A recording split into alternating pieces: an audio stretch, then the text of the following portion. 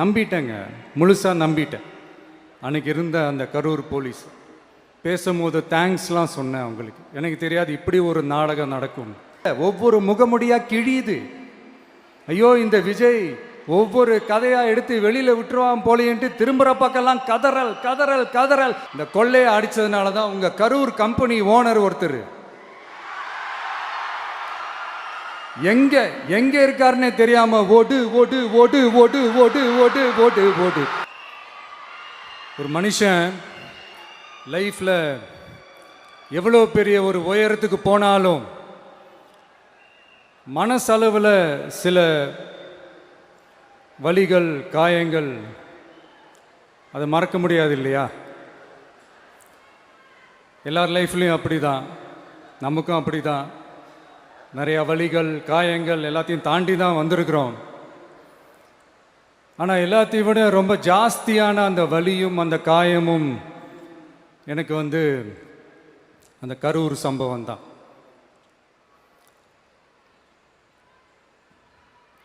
மக்களை சந்திக்கணும், மக்கள் பிரச்சனைகளை எடுத்து பேசணும். அதுக்காக தான் அந்த மக்கள் சந்திப்பு பயணத்தை தொடங்கி திருச்சி, அரியலூர், நாகப்பட்டினம், திருவாரூர், நாமக்கல், கரூர் அப்படின்னு சொல்லிட்டு போயிட்டுருந்தோம்.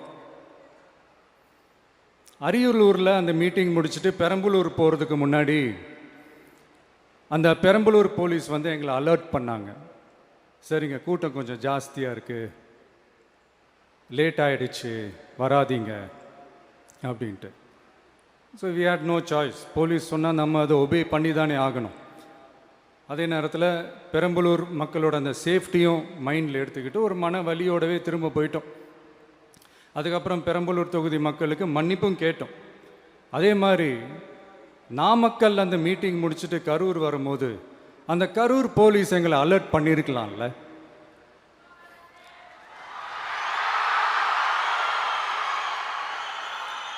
இல்லை சார், இங்கே எதிர்பார்த்ததை விட கொஞ்சம் கூட்டம் அதிகமாக இருக்குது, கண்ட்ரோல் பண்ண முடியல, வராதிங்க. அண்ட் போலீஸ் நினச்சா அவங்க அந்த மீட்டிங்கே கேன்சல் பண்ணலாம். ஏதோ தப்பாக இருக்குது, ஏதோ தப்பாக தோணுது அப்படின்னு நினச்சிட்டாலே they have all the rights to cancel the meeting. எங்ககிட்ட கேட்கணும்லாம் ஒன்றும் அவசியமே கிடையாது. ஆனால் அதையெல்லாம் எதுவுமே செய்யாமல் அந்த ஹைவேல இருந்து அந்த ஸ்பாட்டுக்கு போலீஸே எங்களை உள்ளே கூட்டிகிட்டு வந்து விட்டு அந்த நாடகம்லாம் இருக்குது பாருங்க.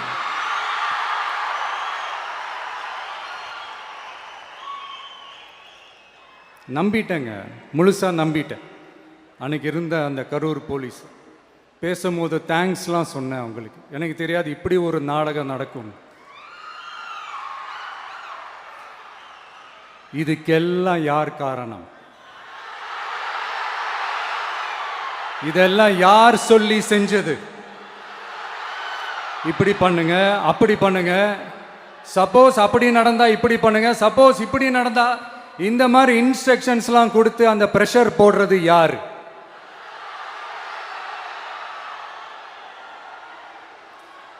அந்த சம்பவத்தில் நம்ம யாரெல்லாம் இழந்திருக்கோம் தெரியுமா? ஒரு டிவியில் என் படமோ பாட்டோ வந்துச்சுன்னா, அம்மா விஜய் மாமா, அம்மா விஜய் மாமா அப்படின்னு சொல்லி அவங்க அம்மா கிட்ட சிரிச்சுக்கிட்டு அந்த டிவி ஸ்க்ரீனை போய் தொட்டு முத்தம் கொடுத்துக்கிட்டு என் அக்கா தங்கச்சிங்களோட தங்க பிள்ளைகளை இழந்திருக்கோம்யா. மழலை கூட சரியா வராதப்போ ஒரு பேப்பர் மேகசினில் என் ஃபோட்டோவை பார்த்தா அது சிரிச்சுக்கிட்டு அந்த கள்ளங்கபடம் இல்லாத அந்த சிரிப்பு, அந்த கடவுள் மாதிரி இருக்கிற அந்த பச்சை பிள்ளைங்களை இழந்திருக்கோம்யா. என் அக்கா தங்கச்சி அண்ணன் தம்பி குடும்ப உறவுகளை இழந்து அந்த வலியோட இருக்கிற என்ன நீங்கள் ஏளனமா பேசுறீங்களா? என் மேலே பழிய தூக்கி போடுறீங்களா?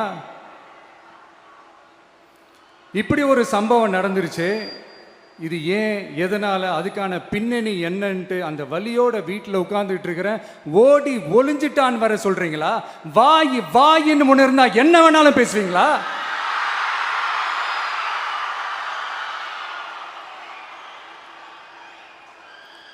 மக்களே, நான் உங்களையே கேட்குறேன். அன்றைக்கி அத்தனை க்ரௌடு இருந்துச்சு, அந்த க்ரௌடுக்கு தகுந்த மாதிரி போலீஸ் பாதுகாப்பு கொடுத்தாங்களா? இந்த இடத்தை எடுத்துக்க சொல்லி நாங்க தான் சொன்னோம்னு ஒரு போலீஸ் ஆபீசர் பேட்டி கொடுக்கிறாரு. அதுக்கு என்ன அர்த்தம்? இவ்வளோ வலி, இவ்வளோ காயங்கள் கொடுத்துட்டு பழியை தூக்கி நம்ம மேல போட்டுட்டு அதுல ஒரு அரசியல் ஆதாயம் தேடுறீங்களேயா? இதுல வாய் கூசாம சட்டசபையில ஸ்டாலின் சார் நம்ம மேல திருப்பி விட்டு அங்க ஒரு அரசியல் செய்றாரு. அதுக்கு என்ன அர்த்தம்? நமக்காக வந்திருக்கிற மக்களை காக்க வைக்கிறதுக்கு நான் ஒன்றும் ஆதாயம் தேடுற அரசியல்வாதியெல்லாம் கிடையாது. மக்களுக்காக அரசியலுக்கு வந்தவன் இந்த விஜய். எனக்காக எல்லாமும் கொடுத்த என் மக்களுக்காக எல்லாத்தையும் விட்டுட்டு மக்களுக்காக மட்டுமே அரசியலுக்கு வந்தவன் இந்த விஜய். அவங்களுக்காக நன்றி கடன் செலுத்துறதுக்காக மட்டுமே அரசியலுக்கு வந்தவன் இந்த விஜய். உங்களுக்கு தான் இந்த விஜயை பத்தி நல்லா தெரியுமே. ஆனா நம்ம எல்லாருக்குமே இத்தனை வலிகள் காயங்கள் கொடுத்தவங்களுக்கு இந்த 2026 தேர்தலில் தக்க பதிலடி கொடுத்துட்டீங்க. ஆனா அது மட்டுமே பத்தாது மக்களே, அது மட்டுமே பத்தாது. காலகாலத்துக்கும் எழுந்திருக்கவே முடியாத அளவுக்கு நிரந்தரமான ஒரு பதிலடியை நீங்க கொடுத்துக்கிட்டே இருக்கணும்.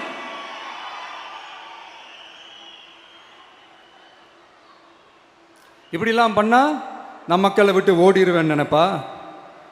யார் என்ன ஓடினாலும் நான் மக்களை விட்டு எல்லாம் ஓட மாட்டேன். அன்னைக்கும் சொன்னேன், இன்னைக்கும் சொல்றேன், நாளைக்கும் சொல்றேன், தில்லா சொல்லுவேன், கெத்தா சொல்லுவேன். பணமா ஜனமா அப்படின்னு கேட்டா என் ஜனம் தான் எனக்கு முக்கியம்.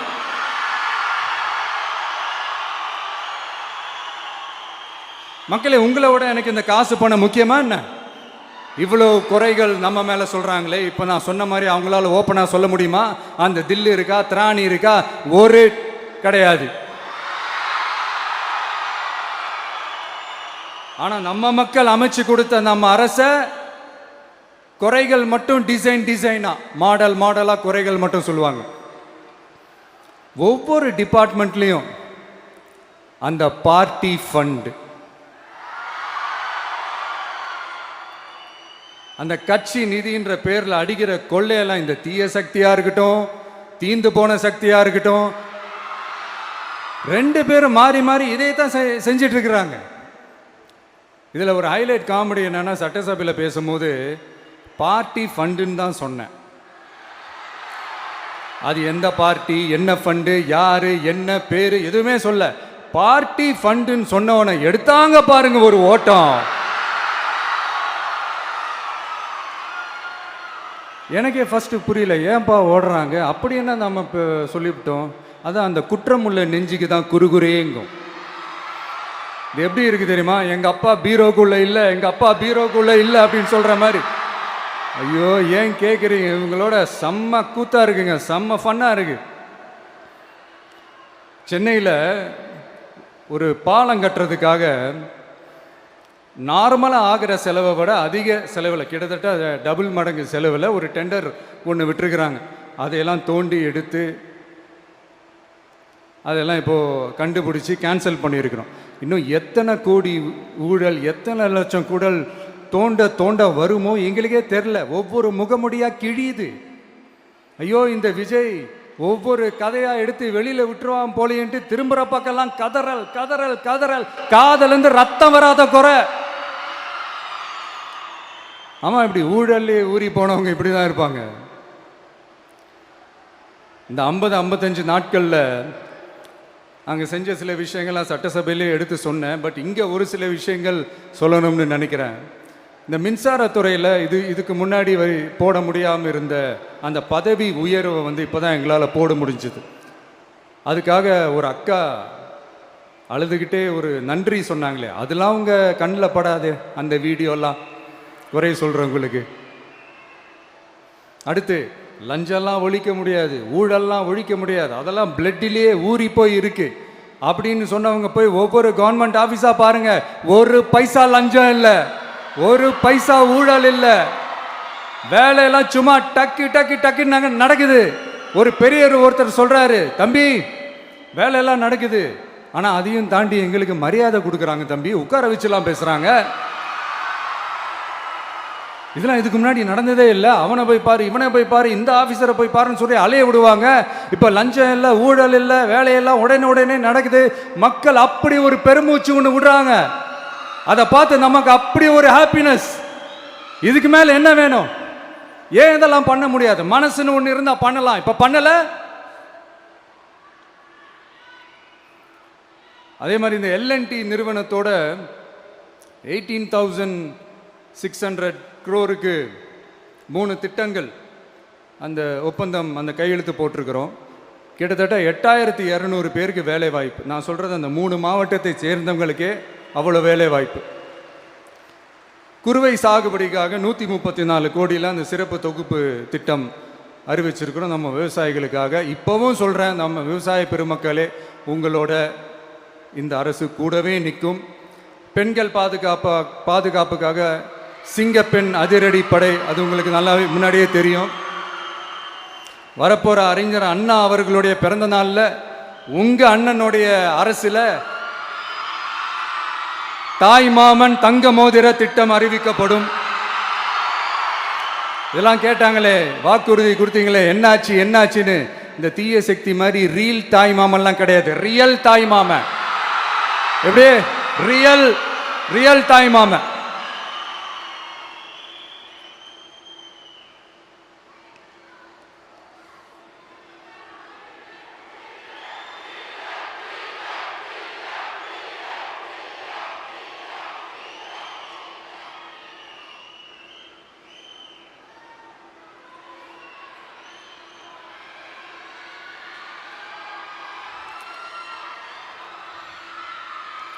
இந்த தீய சக்தியை பற்றி,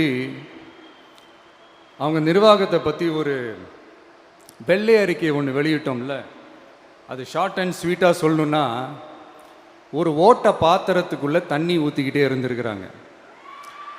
பாத்திரம் எம்டியாகவே இருந்திருக்கு, ஆனால் ஊற்றின தண்ணி தான் எங்கே போச்சுன்னு தெரில. கடவுளுக்கு தான் வெளிச்சம். அது மாதிரி இப்போ நம்ம சொன்னதெல்லாம் சும்மா ஒரு சாம்பிள் தான். இன்னும் வரப்போகிற நாட்களில் உங்கள் அரசனுடைய அந்த விஸ்வரூபத்தை நீங்கள் பார்ப்பீங்க. அடுத்து வாயத்தொடங்க சிஎம். அடாடா, நெஞ்சிலேயே குத்திட்டு வந்தீங்க பாருங்க, அதெல்லாம் வேற லெவல். பேசுங்கன்றீங்க, பேசுனா எந்திரிச்சு ஓடிடுறீங்க. இனிமேல் பேச ஆரம்பிக்கிறதுக்கு முன்னாடி என்ன பண்ணணும் அப்படின்னா, ஒரு நண்பர் ஒருத்தர் சொன்னார், மாண்புமிகு பேரவைத் தலைவர் அவர்களே, எல்லா டோரையும் இழுத்து லாக் பண்ணுங்க அப்படின்னு சொல்லிட்டு தான் பேச ஆரம்பிக்கணும் போல் இருக்கு. ஏன்னா பேசிட்டு இருக்கும் போதே எந்திரிச்சு ஓடிடுறாங்க. 5 நிமிஷம் பேசினதுக்கே குளத்தூர்ல கொத்து பரோட்டா போட்டாங்க. இதுக்கு மேலே பேசினா மொத்தமாக முடிஞ்சிடும், பார்த்துக்கங்க. நாம் அரசியல் பேசினா விஜயெல்லாம் அரசியல் பேசலாமா அப்படிங்கிறது. சரிப்பா, நமக்கு எதுக்கு வம்பு, நம்ம பாட்டுக்கு நம்ம வேலையை பார்ப்போம், எதுக்கு அவங்கள பற்றி பேசிக்கிட்டு அப்படின்னு இருந்தால் விஜய்க்கு அரசியலே பேச தெரில அப்படிங்கிறது. இப்படியே மாறி மாறி மேகதாது அணையை பற்றி என்ன தெரியும், விஜய் அதை பற்றி பேசலை. இப்படி நம்ம அரசியலுக்கு வந்ததுலேருந்தே ஒரு கூட்டம் குறை மேலே குறையா சொல்லிக்கிட்டு, பாட்டுக்கு பாட்டு கச்சேரி எங்களுக்கும் பண்ண தெரியும், பண்ணலாமா? இந்த மேகதாது அணை சம்பந்தமான அந்த வழக்கில் தமிழ்நாட்டோட பெட்டிஷனை சுப்ரீம் கோர்ட் எப்போ ரிஜெக்ட் பண்ணுச்சு? அப்போ யார் ஆட்சியில் இருந்தா? ஏன் ஒழுங்காக வாதாடல? நீங்கள் ஒழுங்காக வாதாடி இருந்தீங்கன்னா அதை ரிஜெக்ட் பண்ணியிருக்க மாட்டாங்கல்ல. ஏன் ஸ்டாலின் சார் வேணும்னே விட்டுட்டாரா? ஏன் இப்படிலாம் கேள்வி கேட்கலாமா? இப்படிலாம் கேள்வி கேட்டால் தான் மேகதாது அணையை பற்றி பேசுனதா அர்த்தமா? ஏன் அந்த ஸ்டேட்டு சிஎம் பேசுகிறாரு, நீங்கள் ஏன் பேசலை அப்படின்னா, நம்ம ஸ்டேட்டோட உரிமையை எங்கே நிலைநிறுத்தணுமோ அதுக்காக வேலை பார்க்குறது மட்டும்தான் முக்கியம். சும்மா சவால் விட்டுக்கிட்டு சீண்டி பார், நான் யார் தெரியுமா, தொட்டு பார், இப்படிலாம் பேசிக்கிட்டு இருந்தால் வேலைக்கு ஆகாது. சும்மா பேசி பேசி பிரச்சனையை வளர்த்துக்கிட்டு யார் மேலே அது பழியை தூக்கி போட்டுட்டு அப்புறம் மக்களை அம்போன்னு தெருவில் விட்டுட்டு இப்படி தான் ஒரு அரசியல் பண்ணணும்னா அந்த அரசியல் நமக்கு தேவையும் இல்லை, அதை நம்ம செய்யவும் போகிறதில்ல. Talk less work more mode தான், அதுதான் நம்ம பாலிசியே. அதனால தான் சட்டசபையில் அந்த அரசினர் தீர்மானம்னு சொல்லி ஒன்று கொண்டு வந்தோம். அது எப்படி டு டேக் இட் ஃபார்வர்ட், எப்படி கொண்டு போகணுமோ அதை சரியாக செய்வோம். சென்ட்ரல் கவர்மெண்ட்லேருந்து அந்த டீலிமிட்டேஷனை திரும்ப கொண்டு வர போகிறதா ஒரு பேச்சு ஒன்று அடிபடுது.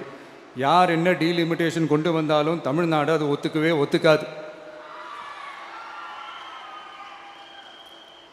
நமக்கான இடத்தை யாரும் பறிக்கவும் முடியாது, அது பறிக்கவும் விட மாட்டோம். இப்படி நாம் இருக்கும் போது இந்த தீய சக்தி திமுக எங்கே போய் நிற்குது, யார் கதவை தட்டிக்கிட்டு நிற்குது, அது உங்களுக்கே நல்லா தெரியும். மக்களே, இந்த தீய சக்தியும் தீந்து போன சக்தியும் வேற வேறலாம் இல்லை, கூட்டு களவாணிங்க. சொல்ல முடியுமா அவங்களால? எங்களுக்குள்ள ஒட்டும் இல்லை, உறவும் இல்லை, அறிவிக்க முடியுமா, நிரூபிக்க முடியுமா? இந்த வரப்போகிற இடைத்தேர்தலில் அதை நிரூபித்து காட்டுங்க, அப்புறமா பேசுங்க. மக்களை, என் மனசை விட்டு கரூர் எப்பவும் நீங்கவே நீங்காது. நமக்கு ஏற்பட்ட வேதனையான சம்பவத்தை, நமக்கு எதிராக நடந்த சதிய சூழ்ச்சியை இனி வர்ற ஜென்ரேஷனும் அவங்களுக்கு தெரியப்படுத்தணும்ல.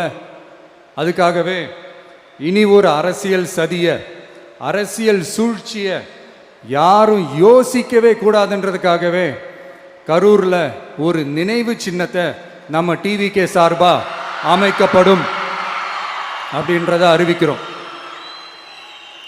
அப்புறம் கரூர்லேருந்து ஒட்டுமொத்த தமிழ்நாட்டு மக்களுக்கும் சொல்கிறேன், உங்கள் டிவிகே அரசு உங்களுக்காகத்தான் உழைக்கும். அடிப்படை வசதிகளை முதல்ல நிறைவேற்றணும். ஒரு பக்கம் நிதி நிலைமையை சரி செஞ்சுக்கிட்டே, இன்னொரு பக்கம் அப்படியே நாம் சொன்னதில் ப்ரையாரிட்டி பார்த்து ஒவ்வொன்றா படிப்படியாக நிறைவேற்ற ட்ரை பண்ணுவோம். இது எப்பவும் உங்களுக்கான அரசாக தான் இருக்கும். இந்த விஜய் உங்கள் விஜயாக தான் இருப்பான். நீங்கள் உரிமையோட உங்கள் கவர்மெண்ட்டை நீங்கள் அணுகலாம். இந்த தீயசக்தி ஆட்சி முடிஞ்சு பொட்டிக்குள்ளே போனதுலேருந்து என்னென்னமோ பண்ணுறாங்க, இது ஏதோ பேசுகிறாங்க, சோஃபாங்கிறாங்க, வாஷிங் மிஷினுங்கிறாங்க. இந்த அரசியல் வியாபாரம் பண்ணுறதுக்கான அந்த வெண்டிங் மெஷினே அவங்க தான். யார்? இந்த திமுக. இதில் நம்மளை பார்த்து வாஷிங் மிஷினுங்கிறாங்க. எலெக்ஷனில் ஓட்டுக்கு காசு கொடுக்குற அந்த கலாச்சாரத்தையே, அந்த கல்ச்சரை அடித்து நொறுக்கி இருக்கிறோம். எலெக்ஷன்லேயே அப்படி வேலை பார்த்த நமக்கு எதுக்கு இந்த குதிரை, கழுதை, ஒட்டக பேரெல்லாம்? மக்களின் பக்கம் அப்படி இருக்கும்போது நமக்கு எதுக்கு இந்த பேரெல்லாம்? இந்த திருட்டு திமுக ஆட்சியை வச்சுக்கிட்டு ஊரடிச்சு ஒலையில போட்டு இந்த கொள்ளையை அடிச்சதுனால தான் உங்க கரூர் கம்பெனி ஓனர் ஒருத்தர் எங்க எங்க இருக்காருன்னே தெரியாம ஓடு ஓடு ஓடு ஓடு ஓடு ஓடு ஓடு ஓடு வராம் பாரு வேட்டக்காரன் ஓடினே இருக்கிறாரு. இன்னொருத்தர் ஃபாரின்ல போய் ஒளிஞ்சுக்கிட்டார். ஃபாரின் ஸ்டாலின் சார் நினைச்சிட போறீங்க, அவர் இல்லை. எனக்கு எப்பவுமே ஸ்டாலின் சார் மேல ஒரு தனி பாசம் ஒன்று உண்டு. அவர் கிடையாது, இவர் வேற. சிங்கப்பூருக்கு செக்கப்புக்கு போனார்ல அவரு. இன்னும் தோண்ட தோண்ட எத்தனை பேர் மாட்ட போறாங்களோ தெரியல. உங்ககிட்ட யாராவது லஞ்சம் ஏதாவது கேட்டாங்கன்னா கொடுக்க முடியாது சொல்லுங்க, நான் இருக்கேன் உங்களோட. அப்படியே யாராவது ஃபோர்ஸ் பண்ணாங்கன்னா இது எங்க மகன், எங்க புள்ள, எங்க அண்ணன், எங்க தம்பி, எங்க விஜய், எங்க விஜயோட ஆட்சின்னு ஸ்ட்ராங்கா சொல்லுங்க. மக்களை, நீங்க கூட இருக்கும் போது லஞ்ச ஊழல் மட்டும் இல்ல, அதிகாரத்தை வச்சு ஆட்டம் போடுற யாரா இருந்தாலும் அடங்கிடுவாங்க. இந்த கடமை, கண்ணியம், கட்டுப்பாடுன்ட்டு ஒரு காலத்துல கொள்கையோடு இருந்த கட்சியெல்லாம் இன்னைக்கு எப்படி இருக்கான்னு உங்களுக்கே தெரியும். அதாவது இந்த டிவிகே கட்சியோட தலைவரை எதிர்க்கிறதுல ஒரு நியாயம் இருக்கு. ஏன்னா உங்க பொழப்புல மண்ணள்ளி போட்டான். என்ன இந்த ஊழல் லஞ்சம்லாம் பண்ண மாட்டேன்னு சொல்லி உங்க அரசியலே ஒரு தெருமுனைக்கு கொண்டாந்து விட்டான். மக்கள் வேற அவனை தான் நம்புறாங்க. ஸோ இந்த விஜயை எதிர்க்கிறதுல ஒரு அரசியல் நியாயம் இருக்குது, அதை புரிஞ்சுக்கலாம். ஆனால் இன்னைக்கு இந்த விஜயை மக்கள் ஓட்டு போட்டு ஜெயிக்க வச்சு ஒரு தீர்ப்பை கொடுத்து மக்களுக்காக வேலை செய்யறதுக்காக முதலமைச்சராக உட்கார வச்சிருக்கிறாங்க. என்னமோ இன்னமும் நீங்க தான் ஆட்சியில் இருக்கிற மாதிரி. விஜய் கரூருக்கெல்லாம் போகக்கூடாது, விஜய் இங்க போகக்கூடாது, அது செய்யக்கூடாது, இது செய்யக்கூடாதுன்னு எனக்கு புரியலையே. ஆட்சியில் இருக்கும் போது தான் இவ்வளோ கட்டுப்பாடெல்லாம் போட்டீங்க, எஸ்ஓபிஸ்லாம் போட்டீங்க, ஸ்டாலின் சார் ஆப்ரேட்டிங் ப்ரொசீஜர்லாம் போட்டீங்க. இப்போவும் அதே பண்ணிட்டு இருந்தீங்கன்னா என்ன சார் நியாயம்? இல்லை, நான் தெரியாம தான் கேட்குறேன். இன்னும் கனவுலையே இருக்கிறீங்களா? முதல்ல முழிச்சு வாங்க, ரியாலிட்டிக்கு வாங்க. உங்க ஆட்சியெல்லாம் வீட்டுக்கு போய் டிவிக்கேன்னு ஒரு ஆட்சி வந்து ரொம்ப நாள் ஆச்சு. ஒழுங்கா படி என்று சுப்ரீம் கோர்ட் ஓங்கி மண்டேலியே நறுக்கு நறுக்கு நறுக்கு என்று செம்மட்டியாலே அடிச்சும் இந்த திமுக முழிச்சிக்கல அப்படின்னா அப்போ கொஞ்சம் கஷ்டம்தான். வெற்றி தோல்வியெல்லாம் அரசியல் சகஜம் சார். அதுக்காகலாம் வெறி பிடிச்சி இந்த பதவி வெறி பிடிச்செல்லாம் அலைய தேவையில்லை. நல்ல விதமாகவே சொல்கிறேன், நியாயமான அரசியல் பண்ணுங்க. ஓ, அதுதான் உங்களுக்கு தெரியாதுல்ல. இந்த தீய சக்தி திருத்தவும் முடியாது, அவங்களா திருந்துவாங்கன்னு பார்த்தா அதுவும் நடக்க போகிறதில்ல. அதனால் வரப்போகிற இடைத்தேர்தலில் மக்களே இந்த தீய சக்தி திமுகவை நல்லா வெச்சு வெளுத்து விடுங்க. கான்பிடண்டா இருங்க மக்களே, நல்லதே நடக்கும், வெற்றி நிச்சயம். மீண்டும் சந்திக்கும் வரை நன்றி, வணக்கம்.